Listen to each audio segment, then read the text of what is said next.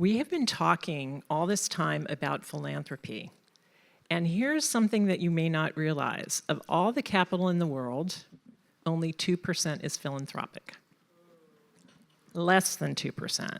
So if we think that philanthropy is going to solve the problems of the world, we're sadly mistaken.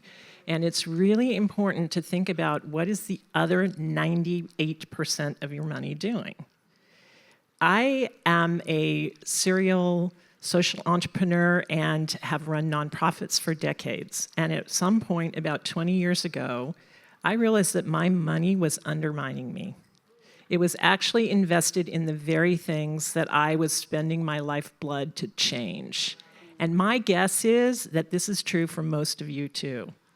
So what we're going to talk about today is how do you think about the rest of that capital? And when I'm saying this, I'm not just talking to those of you who are the philanthropists here, who are the high net wealth individuals. I'm talking to all of you. All of you women who, like me, have run nonprofits, who are giving everything to change the world. Where is your money? You're important to us too. You're important to this change. With this great wealth transfer that's going on, we women are going to control the majority of money in this country. By 2030, we will control 40%. By 2045, we will control over 70% of the money. When we invest, we do it differently. We do it differently. And if you are giving your financial agency to a spouse, to a financial advisor, to somebody else, then you are leaving a lot on the table. So these three women who are here with me on the panel, they are all very successful entrepreneurs. They have sold businesses, integrated businesses, started new businesses, but now they're really starting to lean into using their capital to create change, getting financial and social return at the same time. So when we're talking about this, my personal goal is 100% portfolio alignment, which means every dollar I have, starting with my cash, is invested in the things that I care about. And we can all move to that and we can change the world. So the way we're going to start is I'd like each of them to just give a little bit of background on how their companies got funded, because I think this is really instructive, particularly as we start talking about women's businesses. So let's start with you, Elizabeth.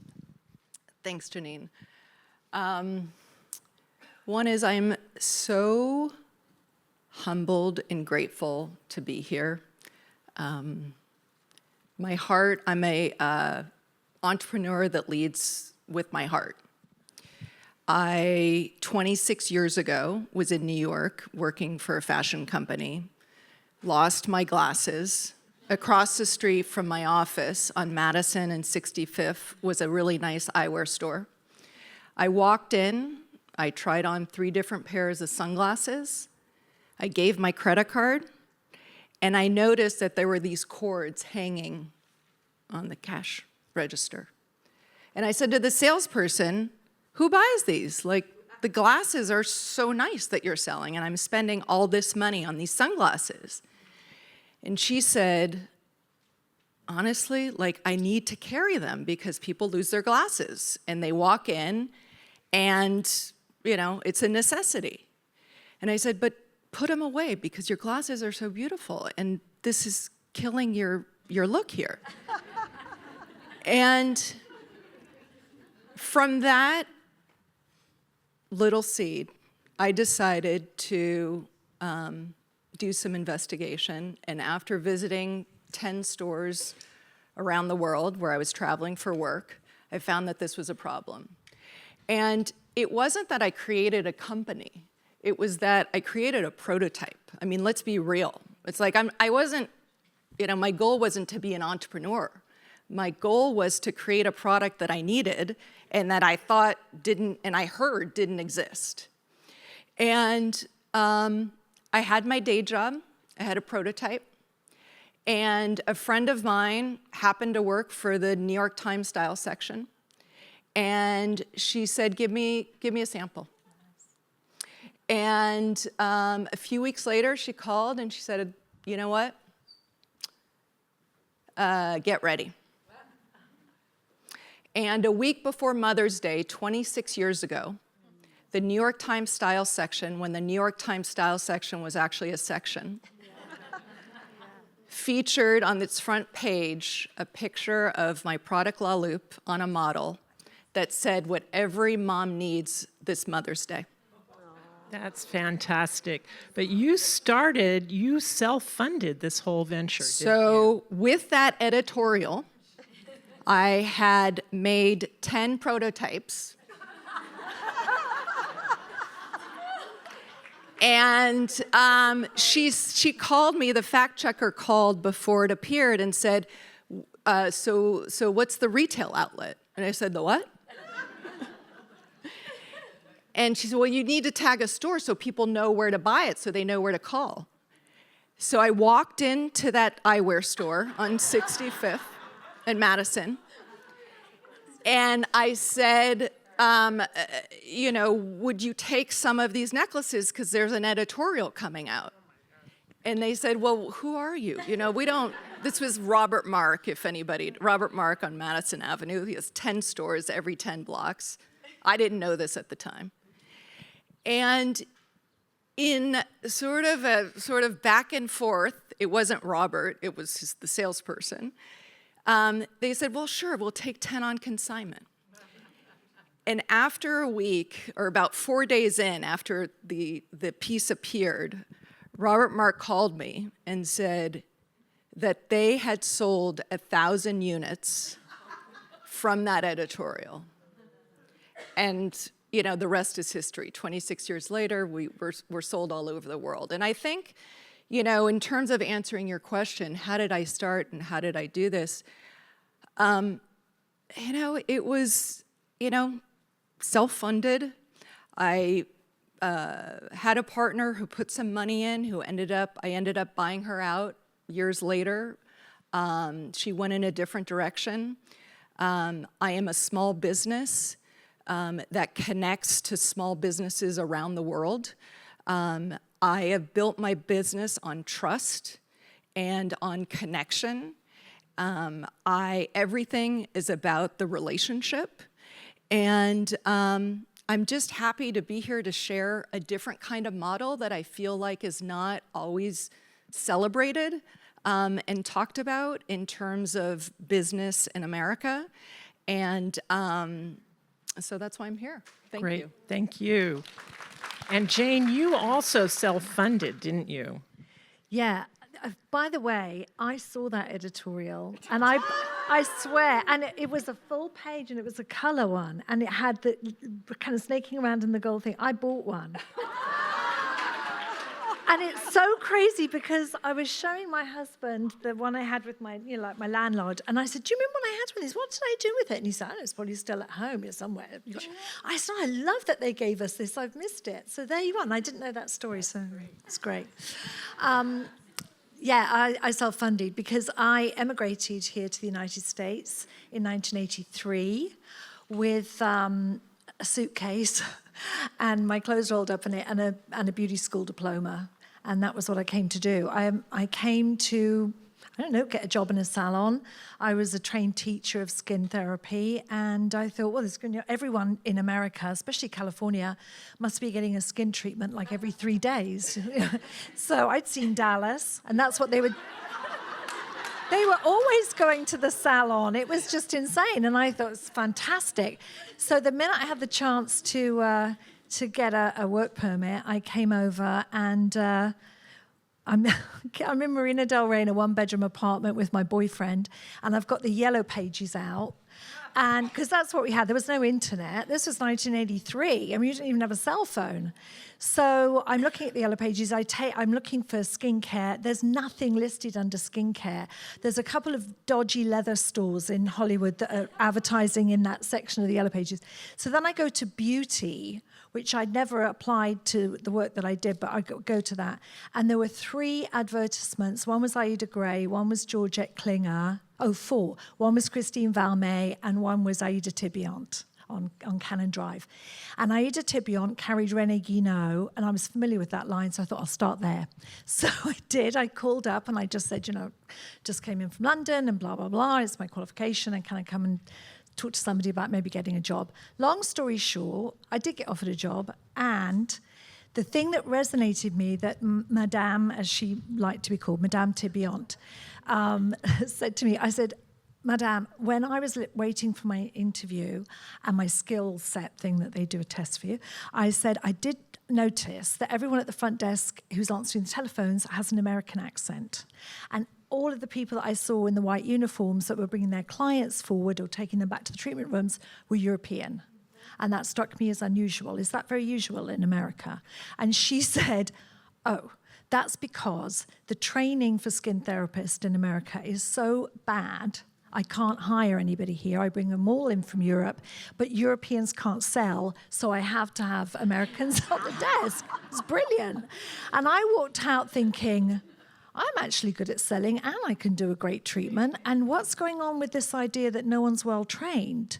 My training was a 3-year training, an apprenticeship, which is very common in Europe, apprenticeships for all skill set training. And so I realized, with the help of my boyfriend as well, that the opportunity for me was not going to be working in a salon. I was going to grab the opportunity of starting a training program to upskill individual skin therapists, estheticians, to match a worldwide standard so that they could actually make a business successful, build a business, make some money, and hire some other people. And so I founded the International Dermal Institute and trained hundreds of people for 3 years. And in that training, it was 1,000 square feet in Marina del Rey, 4656B Admiralty Way, should you ever be passing. It used to be next to the Social Security office, which was very interesting because people would wander in, take a seat in the classroom, and then I'd start discussing the lymphatic system or something and say, I'm here to get my benefits. And I go, you're in the wrong door, just go out. They're 4656B. So it was great fun. Anyway, so my students were telling me, we're loving these techniques. I taught them how to wax a bikini line in 4 minutes, which, trust me, is a saleable skill. And we had a great deal of fun and serious gatherings. And they said, Jane, what products should we use? And I said, when we start working in our salons, what products should we use? And I said, well, what products are you using now? And they said, Renegino, Jean Gatineau, Dr. Babor, Clarins, which was then only in salons. And I said, well, they're all European. How are you getting the product? And they said, well, we're importing it. And I said, are you paying import taxes? And how much are you paying for this? And they told me, they showed me all their receipts. And I said, well, why aren't you using an American product? And they said, which one? And this was 1985. And I said, that's a good point, because all we had was drugstores. It was Clearasil and Bonobel and 1006 and all that kind of thing. There was department stores, and that was Clinique and Lancôme and Chanel and all that kind of thing. And there was direct selling, which was Mary Kay, Avon, Jafra, that kind of thing. It was right before QVC had started or anything like that. And there was no American skincare product developed for the professional salon market. So right then, I thought, bingo, this is the big opportunity. And I know how to put together a product because that was part of my training, worked with a chemist, and 9 months later, we launched Dermalogica. And we launched Dermalogica as a reflection of, as you said, Elizabeth, you know, what your need was. You developed La Loupe. And I needed a product line that was really effective in a professional treatment, did not contain fragrance. I can't use fragrance on my skin. Did not contain lanolin. I'm allergic to lanolin. Didn't contain mineral oil. No artificial color, because I have no reason to understand why any of us need a blue cleanser or a green cleanser or a pink moisturizer. Complete nonsense. And I made a product line working with a cosmetic chemist to formulate with me. And we launched the product, and we did $1 million in our first year. And because, as you can imagine, I did not know anyone apart from my boyfriend. And between us, we called family and whatever friends we had overseas, we self-funded on $14,000. We never took outside funding, ever. We sold in 2015 to Unilever, and we owned it 100%, never gave equity, never took a loan. So I think this is very important. We're going to get to Sheila in just a minute because her story is a little different. But this is very important because Both of these women started insanely successful companies on their own, with their own money. And this is how most women start companies. So I come from the Bay Area. That is a place where venture capital is the big game. Everybody talks about venture. And venture is important and valuable, and Sheila has a story about that that's quite amazing as well. But venture only funds about 1% of all the companies that are started in this country every year. And those other 99% of companies, many of them are started by women or minority groups, and they don't get funding. It's very, very tough to get funding. It's tough to get funding if you're a woman starting a VC firm, getting VC funding too, but I'll say that in a minute after Sheila has a chance to tell what she did. But first I have to say you have beautiful skin. So very excited to be here. Good afternoon, everyone. So I was born and raised in the Philippines, and I've shared that with some of you. And the reason it's relevant is because Asian designated professions, there's 6 of us. There was going to be the doctor in the family, the dentist in the family, the engineer, the accountant, and I was the 5th. I was supposed to be the lawyer. And I never intended to be an entrepreneur. I matriculated in Mount Holyoke College. I came here to the United States, and then I got pregnant between my sophomore and junior year. And I disappointed my father. I called him. He was very upset. My husband today said the right set of words to him. But then I decided to matriculate, and I got into Harvard Law School with a child. But in my heart and in my gut, I knew I wanted to be an entrepreneur. So I applied to Harvard Business School, and I also got in. And it was in the late 1990s, and the internet was exploding everywhere, and I was taking internet courses. One was called Women Building Business at Harvard Business School. They do not teach that anymore, thank God. You know, and then the second was Information Age Businesses. And we don't call that anymore, thank God, too. But I took those 2 courses. I did well, but then got pregnant my last year of the program when I did the JD MBA. And so my teachers said, they felt compassion for me because now I had 2 kids in grad school. And they said, would you like to come teach and teach the internet? And I had written a business plan called Metromove, which eventually became a company like Zillow. So I had vision back then, but then I thought to myself, I was starting a great internet business plan at Harvard Business School and teaching, and I knew nothing about operating a company. And I wanted to be authentic to myself. And I knew that I wanted to be an entrepreneur. I had always a dream, but of course, I had 2 young kids at home, so what was I gonna do? So I joined a company called You Promise. It helped families save money for college. And at 29, they promoted me to be on a management team and to run tech teams.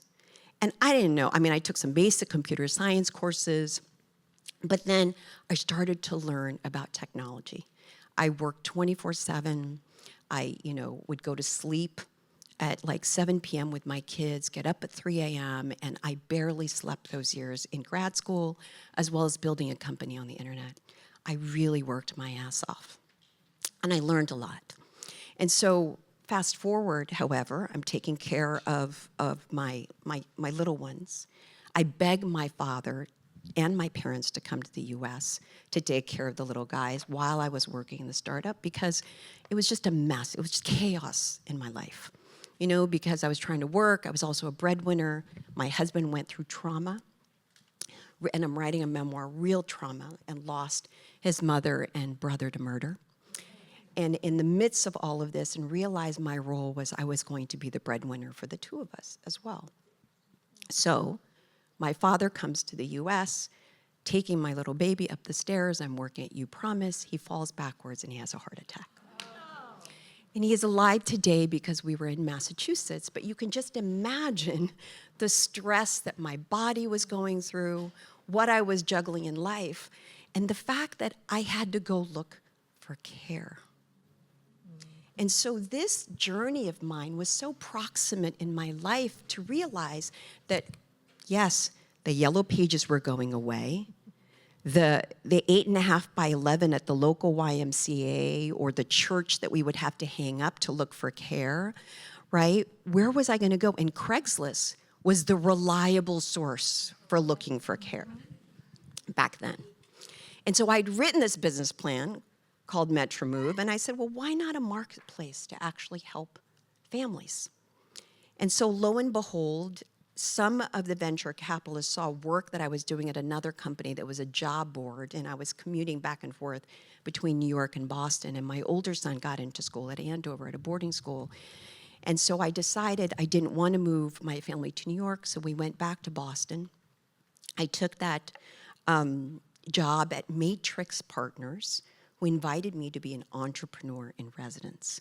And by the way, it's the oldest, one of the oldest venture capital firms. How many of you know what an EIR is, an entrepreneur in residence? I had no idea what that was. Some of you have been in the venture capital space. Men were getting invited to be EIRs. I was fortunate that there was a progressive man on the board of the company that I was working for in New York who said, you're talented. Why don't you come and be an EIR at Matrix Partners? And I said, well, what is that? And he's like, I will pay you to write a business plan and to launch your own company. And I said, what? I was like, bringing tears to my eyes. And I said, but I want to focus on families and care because this is what I've been struggling with. And he said, we'll just figure it out when you come, and we'll convince them. And I was the only woman in rooms. And in fact, we ended up investing in other female-run companies at the time that I was there. The only woman in the room approving some of these deals as an EIR, but then they funded me. I was very fortunate. A seed-based company. They'd never invested in a woman, never a consumer company, nor a female-focused business. And pre-A, I raised $7.5 million to launch care.com. I was very, very lucky. I sit in front of here with all of you today with that rare experience. And now I'm building again, and we'll come back to this. But you had asked, how did we get funded? I was very fortunate. But by the way, men backed me. And then my B round was preempted by, I think there were 5 female VCs at the time in Silicon Valley. Patricia Nakash was at Trinity Ventures. She had never seen a business like Care because seldom should she ever get pitched like that she preempted my B round, and I was fortunate again, but she was one of those rare VCs.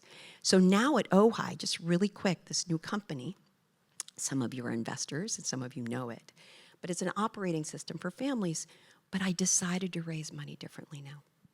So NEA backed me, they were in my C round, they're one of the biggest private equity firms in the world. Reshma Sujani, who's a good friend, some of you know her, she came to see me a few summers ago and said, what are you up to? And I said, it's stealth. No, come tell me what you're doing. And so she convinced me, she's like, well, my husband's a VC, I love the idea of Ohai, can you take his money? And I knew he was a feminist, and it was gonna matter a lot to me, so Nahal came on my cap table. But here's the 2 cool things that Tony and Nahal did. Tony was raised by his grandmother and his single mom. So he believed in care.com, that's why he was in my C round, and he believed again in Ohai. But this is how much these guys believe. That when my seed round came around and I said, I want a diverse cap table, I can't just take money from you guys. It matters a lot to me now. And you know what they did, which they never do? They backed down their amounts to let Lenore, a emerging fund, African-American woman of bright ventures, come be on my cap table. It meant the world to me. It meant so much to me. So I'm doing it differently. That's really important. So her situation is so incredibly unique. Of all the venture capital that is invested in this country, 2% goes to female entrepreneurs. That's it, 2%. And the amount that goes to women of color who are leading companies is a fraction of 1%. One of the things that she said was that men were her investors. Women are not investing this way. Yet. Exactly, Tootie. Enough of us are not investing this way. So I want to talk a little bit about how you are starting to help invest in women's companies. 2 of you are doing it through equity Jane, you're doing debt because that's also really, really important. And why do you think more women are not stepping up to the table to invest in this kind of private equity and private debt? So go ahead, Jane. Well, I think it's hidden. I call them the invisible entrepreneurs, the missing middle. It's not a situation that people don't want to. I think they just can't find them. People say to me, where do you find the women that you fund? And we fund through debt. So we're a 501c3, the Wurwand Foundation, and our initiative is called Found, and it's about finding these invisible entrepreneurs. And the reason that we started was I knew from the salon industry that salons self-fund. They've all got horrible credit. That's just typical. I haven't met one salon, and I've met thousands and thousands. We train 100,000 skin therapists a year still. I've never met one that got VC funding, ever.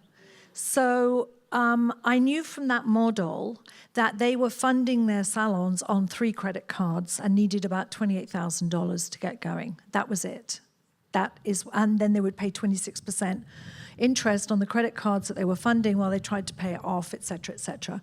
Most small businesses, even though a small business, we employ over 92% of the population. And over 95% of small businesses in California employ less than 50 people, and they're the bulk of our GDP. But the point is that when you're that small and you're looking for $28,000, you're certainly not going to be of any interest to a VC fund if you even knew who one was or what to do with them. So you end up going to your bank, and most banks, your credit's bad. You haven't done this before, there's no proof of concept, and they're honestly not interested in lending under $50,000. It's like $50,000 is usually their low point. $28,000 is like, can't you go and get that from a friend? Honestly.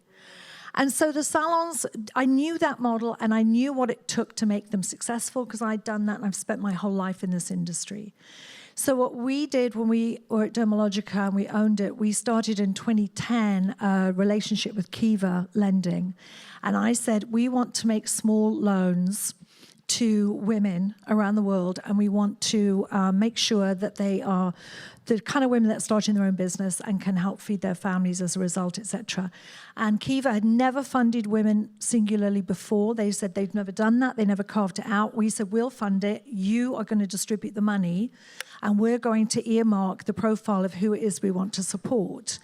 And we funded 110,000 women into business around the world. It was like a rocket. We got over 1 billion press imprints around the world. It was crazy. It was great. Natalie, you were part of that, so you remember that. The UN invited us to go. Ban Ki-moon, who was then the chairman of the United Nations, literally quoted, almost fell out my chair. He said, this is what we have to do, fight, F-I-T-E. We've got to help women. And I thought, I have just got about passed out. So then when we sold Dermalogica, we started Found, which is our nonprofit initiative. And we set a goal of funding 25,000 women, immigrants, people of color, LGBTQ in any business, not just salons, any business. And we lend money to them, and we do it through community funds like Pacific Community Ventures. They work with us on earmarking who it is that we wish to give the money to, women, people of color, immigrants, etc. So all the things that Ray and I were when we came to America. And the average, we loan between $5,000 and $75,000. We sometimes give grants because in COVID it was so desperate we did $1 million in grants. We funded through Women's Economic Ventures here in Santa Barbara. I think Nikki's somewhere in the room. There she is. Hey. And a lot of the local restaurants, we've given hundreds of thousands of dollars out to keep some of the local businesses alive. And here's the reason why. If we don't have local businesses that we can go to and see and talk to and that know us, we don't have a neighborhood. We don't have a community. If you try and go to, if you go to the Country Mart Montecito, you won't get parking because it's just packed and everyone knows everyone there and it feels like a community. None of us really want to live next door to a data center. But if we don't have our neighborhoods, that's what's going to happen.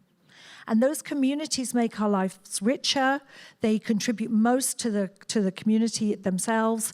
They are human-driven, they are hands-on, they have lived lives, and they will employ between 5 and 10 people who live within 5-mile radius.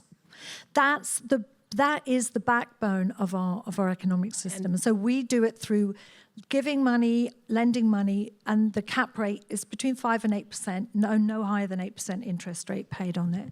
That money is paid back. 98% of all our loans are repaid, and then we lend out the money again with the same lenders. So it's a circular lending. Thank you.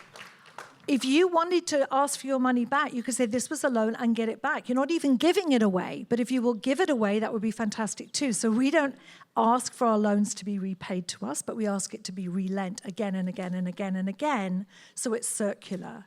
And if you've got money sitting in a donor-advised fund, or you've got money sitting somewhere that you don't know what it's invested in, could be anything, because as we said earlier, I really implore you, take some of it.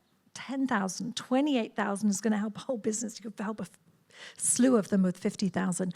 And just loan it. Let it sit for 2 years. See what happens to that money. And if you're not happy after 2 years, you can get it back, and you will not want to. It's amazing. So that was funding through debt. So Yeah. So what she's doing is extraordinary. 110 women first internationally, then 25,000 women after that. But here's the thing, anyone can do this. They don't have to do it this way. No. So I do this by who I bank with. So when you choose to move your cash into a local bank, you are helping to fund these types of businesses. You are helping women outside. Most of the lending, a lot of the lending at small community banks has an outsized impact on women and girls. Yes. So where we bank matters. There are a slew of amazing banks. You talked about community Specific development. community, yeah. So there's a structure of financial institutions some of you may know of called Community Development Financial Institutions. They were created specifically to serve the populations of people that banks don't serve in your community. So just by thinking about where your cash is sitting, moving your savings account, it can be as easy as that to start doing some of this debt support. You can also make loans specifically to CDFIs and get a return on that money too. So there are ways to look at your cash and your fixed income assets to create this kind of change. Yeah, and we have a blueprint on our website. Our website is foundla.org. And on there is a blueprint of how we did it, the partners we work with, the people who do our training, the people who do the coaching. We work with everyone from Cal State Northridge to USC, and we're in it's a whole, as you can imagine, ecosystem of support, training, coaching, and funding. And the blueprint's there of how we did it and how we launched it and who we approached, and it's free, obviously. You just download it as a QR code, and you can get the names of everyone we partner with, and That's wonderful. they'd be happy to help. Yeah, I so appreciate the debt that's actually available to so many small businesses. I decided in my own lived experience, because I saw there were so few female VCs, so few female on boards of private companies, so few female, I hate the statistic, but I was the 7th woman since the 1600s that have ever taken a company public. Wow. It's been like 40 now, I think you can count. It's shocking. And so I looked around, and few minority, few women that get VC funding. And I said, I've had this lived experience, and I see the challenge every day and how hard it was to raise money, that after we sold care.com and I exited, my husband and I decided that our balance sheet is our belief system. It reflects it. So where were we going to put our money to work? It meant that I wanted to back women. And guess what? I started investing, instead of becoming an LP, in male-run venture capital firms that, of course, make a ton of money. They've got a lot of history. Chantal said, do you wait for the proof? No, I followed the talent. I followed emerging fund managers, women.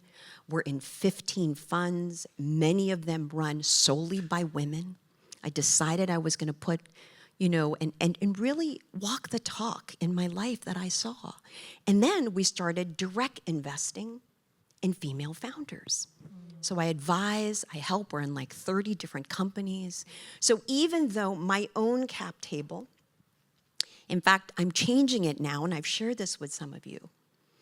I turned down some incredible term sheets of male-dominated venture firms. I've made them a lot of money, okay? And I decided I wanted more women on my cap table. And I wanted to also teach women what it meant to invest, that it isn't charity, it is strategy. When we invest in women, it makes a big difference. But I need to be a guinea pig again. And why I came out of retirement is because young men coming out of MIT and Stanford, and they are bright, they're getting funded in AI, but do you think they're building for families? No. Do you think they're proximate to issues that families are grappling with? No, because they don't think it's as sexy, and because they're not proximate to the issues. And I still had the energy in me, so that I'm like, well, then if I'm not doing this, just the same question, I had a great offer for Care.com when I didn't have to take it public. But I decided gruelingly to take it public, because if I didn't do it, then who would? And what examples am I setting? And so this is why, honestly, my husband's retired and I could be on the beach, but I am working my ass off again because it matters. And we need to show other young women that it matters, because I have a whole slew of them. Lavinia and I co-invested, right? Anna's in there now too. We co-invest in young women, and if we show them that they can have a diverse cap table of other women supporting them, women supporting women, then we create more money in the economy to support more female entrepreneurs who build for families and who build for society. That's what we need to be doing. Bingo. And a lot of times what women entrepreneurs will hear is that, oh, well, there aren't enough good enough women entrepreneurs. Yeah. Oh, well, women don't do as well as men. Yeah. This is not true. In fact, if you watch Shark Tank, Kevin O'Leary from Shark Tank says that 75% of his profits come from female CEOs. Why? Because men overpromise and underdeliver, and women underpromise and overdeliver. Amen. Right? So when you think about this, and when you think about your own assets and what those assets are doing and what those assets are supporting, investing in women is not just a great thing to do, although it really is. It's also financially really, really smart. And that is a really, really important thing. I want to go back a little bit to the question of why most women don't do this. And Elizabeth, when you and I were talking, you told me when you started doing some of this private investing, you didn't ask anybody. You didn't really talk to any about it. So talk a little bit about what your own experience was in moving into private investing and how that has shifted and changed for you. Sure. So our wiring is so strong. When I think of my younger self, I think about sitting at a table where my brothers and my dad just had an extra vote. And my wiring is being a Jewish young girl living in Paris in a Catholic academic world, and learning really quickly how to blend in, and there was a lot of abuse and led to a lot of trauma, and learning how to just stay safe. And my wiring has made me really good at creating a mask to survive. And so I have really quite intentionally, and I just realized this now in my 50s, quite intentionally my whole life found places that were safe.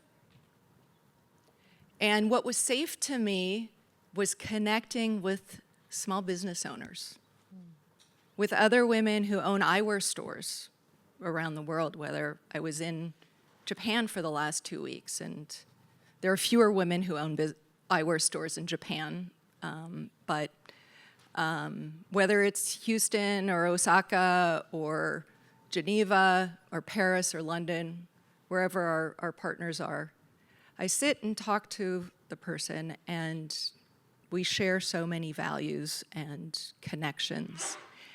And so when I started thinking about, okay, how do I pay back? How do I invest in companies? And I now have the privilege of being around amazing women. We're meeting for the first time, but Sheila, superstar, superstar.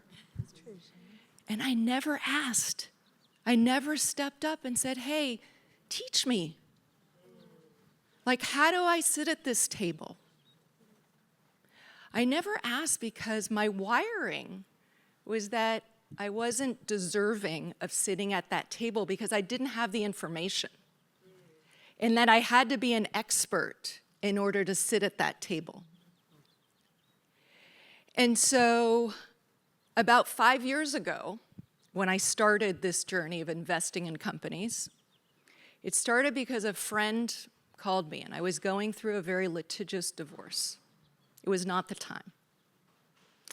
And my friend said, 20 minutes on a Zoom, it was COVID, or 6 years ago, 20 minutes on a Zoom, please, I want you to meet this person that has an idea for a company. I just think it's right up your alley. And I said, honestly, not the time. Not the time. So after the third call, she kept badgering.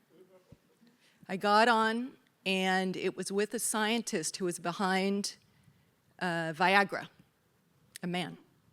And he was launching a new venture, creating the female Viagra, and talking about female empowerment and how sexual wellness was not talked about, and that it was part of our overall need to, as women, that sexual wellness was very important. And how come we're not talking about it? And it was just that spark.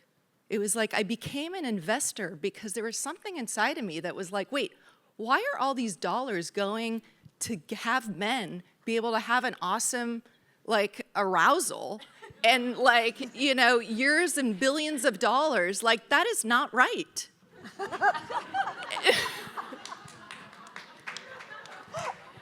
And so literally from that Zoom and follow-up of learning about what the launch was and what they were doing, I became an investor in that company. And I not only put dollars into this company, I went around, and what the magic was not the dollars that I invested in, was the conversations that this product has allowed me to have with other women who have not had this conversation, who have been sitting in marriages for 30 years with no sexual relationship, feeling like they're doing something wrong and not worthy of being desired. And it's been the most powerful investment in terms of an awakening that I have been able to sprinkle with other women. And so my investing now, since that first investment, has been about what do I care about? So if I were to say to all of you, how do you get a seat at the table? Start to have these conversations, and what triggers you? What makes you inside feel like, wait, there's something wrong with this picture? Yeah. Who's stepping in and who's championing this and who wants to move the needle here and have these conversations that are not being had? Yes. So what I love about her story and what I saw going on in this room was a lot of heads nodding, right? So a lot of us don't feel worthy. We don't feel like we know enough. We don't feel like that's our lane, the investing lane. We're talking here about private investing, but when I started the conversation, it was about all of our money, right? The great news is there are a lot of organizations out there to help us get started. And this is done in community, ladies. It is actually super fun to join with other women and start talking about our money. It starts there, conversation about our money. In the same way you talk about philanthropy, start talking about your investment money. What's it doing in the world? Is it really leading where this talk is going, which is about investing in women, is investing in humanity, and I would say it's also investing in planet, and it's investing in a better future. And if we really want that, then we need to put all of our money toward this, not just our philanthropy. And there are lots and lots of people, lots and lots of women there to hold your hands and take you along for the journey. So I want to thank the panelists so much for your honesty and your